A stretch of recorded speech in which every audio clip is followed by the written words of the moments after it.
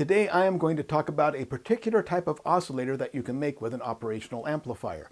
Now, an operational amplifier being an amplifier means you can make any kind of oscillator with it. There are many kinds that I talk about in a completely different video, but there's one oscillator that is really easy to understand if you make it from an op-amp. I like to call it a hysteresis oscillator because one of the properties that makes it work is something called hysteresis, which means that when we have a change happen, it happens at different voltage levels depending on whether the voltage is going up or the voltage is going down. You'll see what I mean when I get to the circuit. Other people call it a relaxation oscillator because it's a type of oscillator that has a voltage trigger a discharge of a capacitor at a certain time. So hysteresis oscillator, relaxation oscillator, either name works for this design. So let's quickly review what an op-amp does so we understand how this works. Of course, I have a long series on operational amplifiers that I have linked in the description below, but we're just going to do a quick overview. An op-amp can be made from discrete components, but almost always we buy them as integrated circuits today because they're so cheap and easy to work with. So an op-amp symbol has a triangle with one output and two inputs. The inputs are labeled plus and minus. This is called the non-inverting input, and this is called the inverting input. And basically what an op-amp does is it changes its output voltage to whatever it takes to keep the two input voltages equal. So we often have some kind of feedback going to the inputs so that it can stabilize at some certain voltage, that voltage where the output voltage is whatever voltage makes them equal.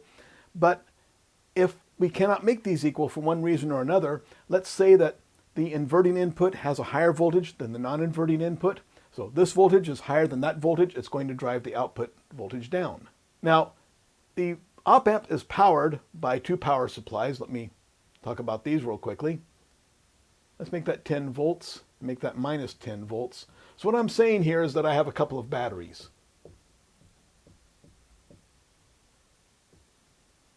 And these are 10 volt batteries. And that one's going to here, this one is going to here, and my ground is right in between. So these symbols here tell me that somewhere else I've got either two power supplies or two batteries rigged up in this kind of arrangement. But that does tell me my voltage limits of the circuit.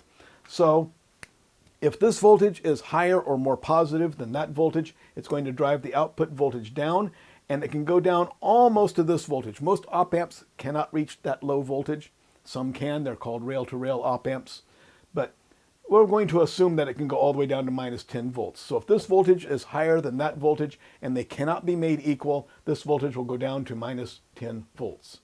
But if this voltage is higher than that voltage, it's going to do the opposite. So if the non-inverting input has a higher voltage than the inverting input, it's going to drive the output voltage up until it reaches this voltage.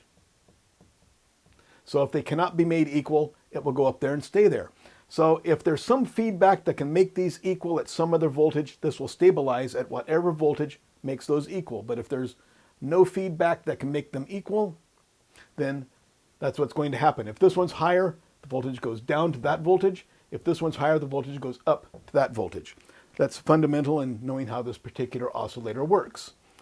So I'm going to eliminate these because we know they are there, and they're going to kind of clutter my drawing. So just remember, positive 10 and minus 10 are our voltage limits. Now I'm going to make the oscillator.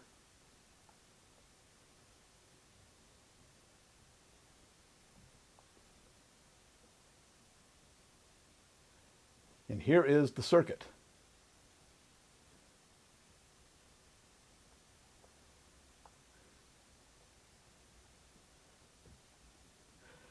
Okay, we're going to make these two resistors equal. It doesn't matter what they are as long as they're equal. If they are equal, that means they will have equal voltage. So what that means, let's just give an example. Let's say this is 1K and that is 1K, so they're equal. And let's say this is plus 10 volts.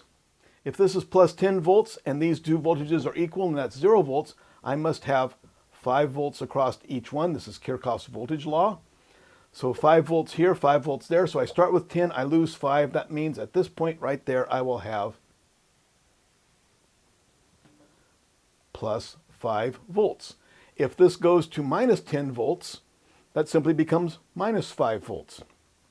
So the voltage at this point here If these two resistors are equal, will always be half of the output voltage. Very important to making this oscillator work. Let's eliminate the numbers here for now. So these are equal resistors, doesn't really matter what they are. This resistor and that capacitor are the basic components that set the timing of the oscillations. I'm not going to actually design this for a particular frequency, but let's watch what happens as time goes by. So let's power up this device. We send power to it, and by chance this snaps up to plus 10 volts. Okay, so our output is now plus 10 volts. It's time zero. What's going to happen? This is plus 10 volts, so what's the voltage going to be here? Plus 5 volts. And that, of course, is the voltage right there. What is the voltage right here? Well, we have a discharged capacitor. We're assuming that there's no voltage difference across the capacitor, so whatever voltage we have here is the voltage here. That's 0 volts by definition, so this is now 0 volts. So that's going to put 0 volts right there. So what's the condition? Is this going to be stable? Let's see. If this voltage is higher than that voltage, it's going to drive the output all the way to the most positive voltage. There we go, plus 10 volts. I'm going to put these back here. I think it might help us see what's going on here. So I'll leave these in here. So it's going to drive the output all the way to that voltage, plus 10 volts. So is this stable? Yeah, as long as this voltage is higher than that voltage, that'll be 10 volts, and so it's stable. But what's happening? We have current flowing in this direction. Do we have current flowing through a capacitor? Well, yeah, we have current flowing onto this plate, piling up charge, driving charge off the other side. So charge is going in, charge is coming out. Sure looks like current's going through it. But that capacitor is now charging. So charge is piling up here and the voltage is getting higher and higher. So let's say this gets up to 1 volt. Let's eliminate that there. We'll eliminate that too for now. Is this still stable? This voltage is higher than that voltage. Let's make that a plus 1 volt, just so we know. Higher than that one, so it's still driving that up to the top, so it's still stable. Let's say it goes up to 2 volts. Capacitor is still charging. Still stable, isn't it? As long as this voltage is higher than that voltage, then this is going to remain at our plus 10 volts. So nothing's changing, but what's going to happen when this hits plus 4.99, we'll just not put too many nines there, almost 5 volts. Well, this is 5 volts, that's still lower, so it's still going to hold that at plus 10 volts, so nothing has changed yet. But what happens when this passes 5 volts? Will it pass 5 volts? Yeah, this is 10 volts. This capacitor theoretically will eventually charge up to 10 volts. So now we get to plus 5.01 volts, just barely higher. Well, this voltage is now higher than that voltage, right? So what's going to happen? It's going to push this voltage downward. And nothing's going to change instantly. This changes pretty slowly. So it's going to force that voltage downward. So this will become that voltage minus 10 volts. Well, when this was plus 10 volts, that was plus 5. Now that this is minus 10, this is suddenly going to change to minus 5 volts. So minus 5 volts here, that of course is the same here.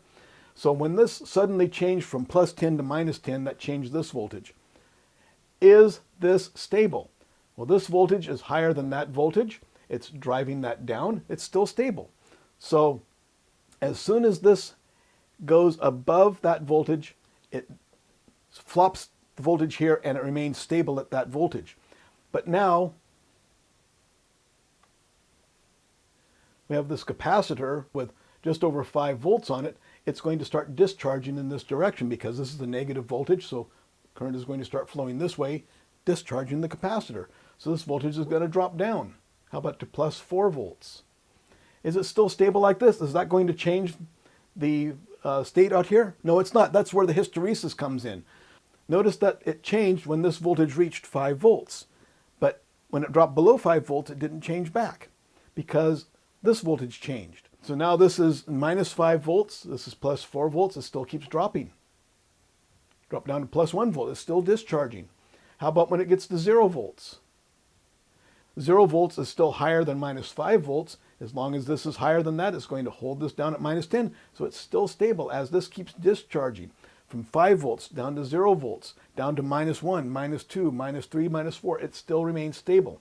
As long as this voltage is higher than that voltage, it will remain in that state.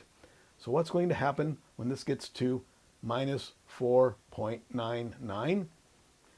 This is still higher than that. Doesn't change anything, but eventually it discharges. It theoretically could discharge to minus 10 volts. When it passes, minus, let's make it 5.01. Now, this is minus 5 volts. This is minus 5.01. Suddenly, this voltage is now higher than that voltage. So what's going to happen? This is now at minus 10 volts, but if this voltage is higher than that voltage, it's going to drive this back up until it hits plus 10 volts again. When this hits plus 10 volts, what's going to happen to this voltage? It's going to flop to plus 5 volts. So now this suddenly jumped up to plus 10 volts. So we started out at plus 10 volts, minus 10 volts. This is our output. We started at plus 10 volts. It dropped to minus 10 volts, then back up to plus 10 volts. Is it going to remain there?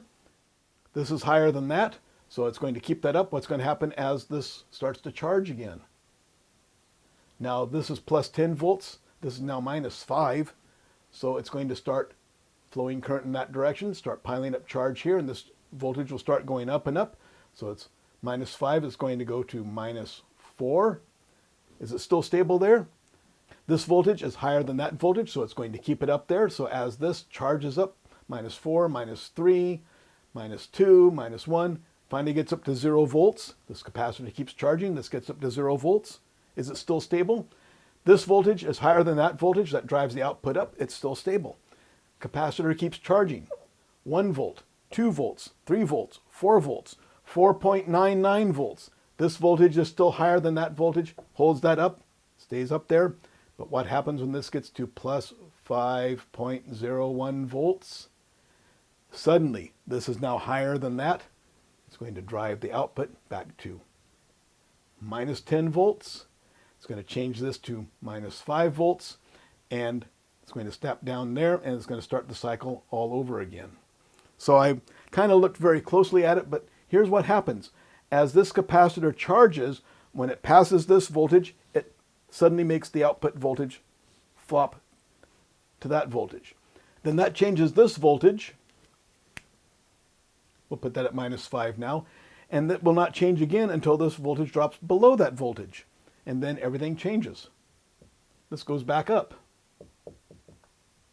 Then this is going to start charging, and it doesn't change until this gets above that. So what happens is we have a situation.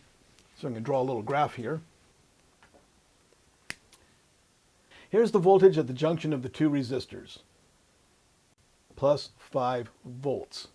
And here's the voltage across the capacitor, climbing up to it. When that voltage across the capacitor hits that plus 5 volts, it suddenly drops to minus 5 volts. And then the capacitor starts to discharge.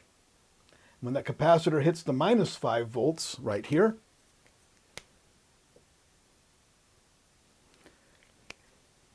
the output changes. This voltage goes back up to plus 5 volts. And then the capacitor charges up to meet it. When it hits the plus 5 volts, causes the output, goes back down to minus 5 volts, and then the capacitor discharges down to the minus 5 volts. So there's the hysteresis. That trigger point keeps going from positive 5 to negative 5, positive 5 to negative 5. And so it, on the way up it triggers at positive 5, but it doesn't trigger again until it gets back to negative 5. And that fact that it triggers at a different voltage going up than the voltage going down is what we call hysteresis, which is why I and a lot of other people call it a hysteresis oscillator. So you may have to watch that a number of times to follow it, but we'll draw it real quickly again and just see if we can simplify it a little bit.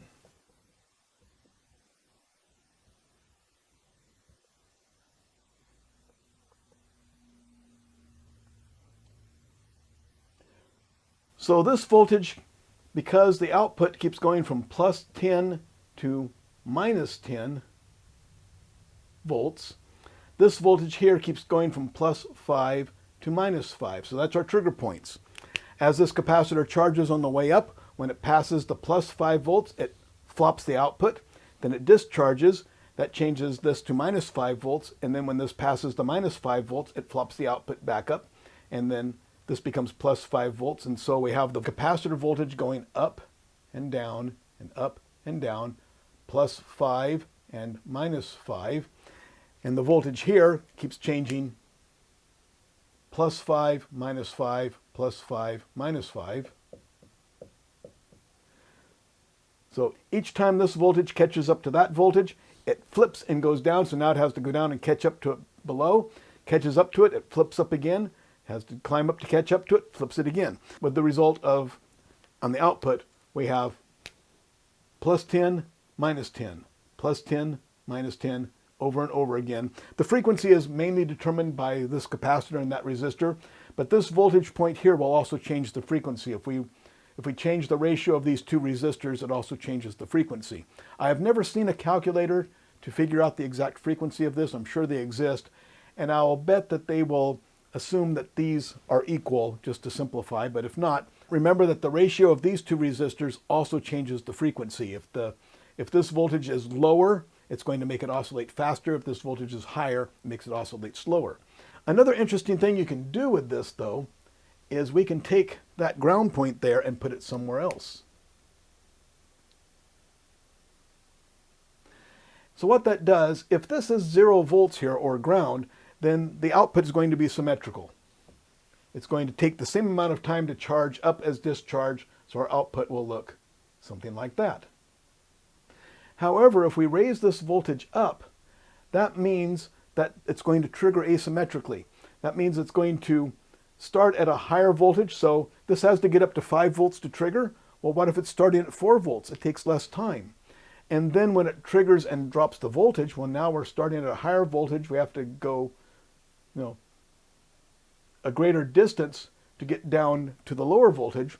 So the result of that is that we're going to start at our positive voltage for a short time and stay at our negative voltage for a longer time. So we get a shorter duty cycle.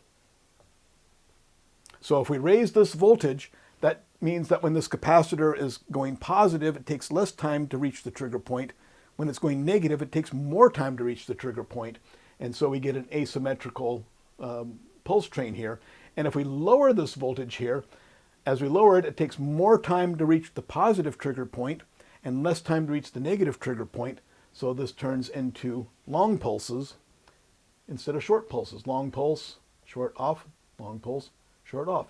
So we can make a circuit that we can vary the duty cycle based on the voltage here, a voltage-controlled duty cycle oscillator. So that's something else you could do with this. And I don't want to get into power supplies right now, but a voltage-controlled duty cycle can be used as the control for a switching regulator. And I tried that one time just to see if it would work. I made a switching regulator where I fed the output after filtering and such back to here, so that if the voltage went up, I got shorter duty cycles, and if the voltage went down, I got longer duty cycles.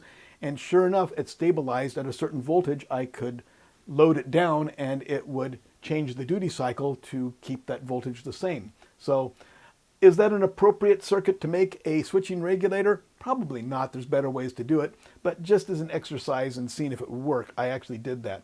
So we have a voltage-controlled duty cycle. We could use that for, well, modulation. Who knows what you could use that for, but that's just another use for this particular circuit if you wanted to. So anyway, that is the op-amp hysteresis oscillator, or some people call it a relaxation oscillator, and that's how it works. It's the charge and discharge of this capacitor compared to this trigger voltage here, which it's always chasing. As it's charging, the trigger voltage is high. When it hits that trigger voltage, the trigger voltage goes low, so it has to chase it on the discharge, as I explained, and goes back and forth, and it will oscillate. And I think it's one oscillator that's kind of easy to follow why it oscillates. You may have to go back over and watch that again, but that's that particular oscillator. Other oscillators, it's a little harder to visualize. I'm working on visualizations for other types of oscillators, but this one, it's fairly easy to follow. So just an op-amp, 3 resistors, and a capacitor, and you can have an instant oscillator using an op-amp. This is similar to an op-amp wine bridge oscillator, but I'm not going to get into that. That's for another completely different video. And a wine bridge oscillator produces a sine wave, and following it is pretty dang complicated. I'm not going to talk about that here, but if you see an op-amp wine bridge oscillator, you'll see that if you draw it right, you can draw it fairly similar to this, but there are some important differences. Talk about that another day. If you found this video useful and informative, please give me a thumbs up down below. It really helps the channel. And subscribe, because that not only informs you when I put new videos up, but it really helps the channel also. And a big thank you to my patrons at Patreon. I could not make these videos without your support. If you want to help me put these videos online and keep real vocational education free at vocademy.net, you can go to patreon.com/join/vocademy and pledge your support. And again, a big thank you to my patrons who make this possible, and a big thank you to everyone for watching.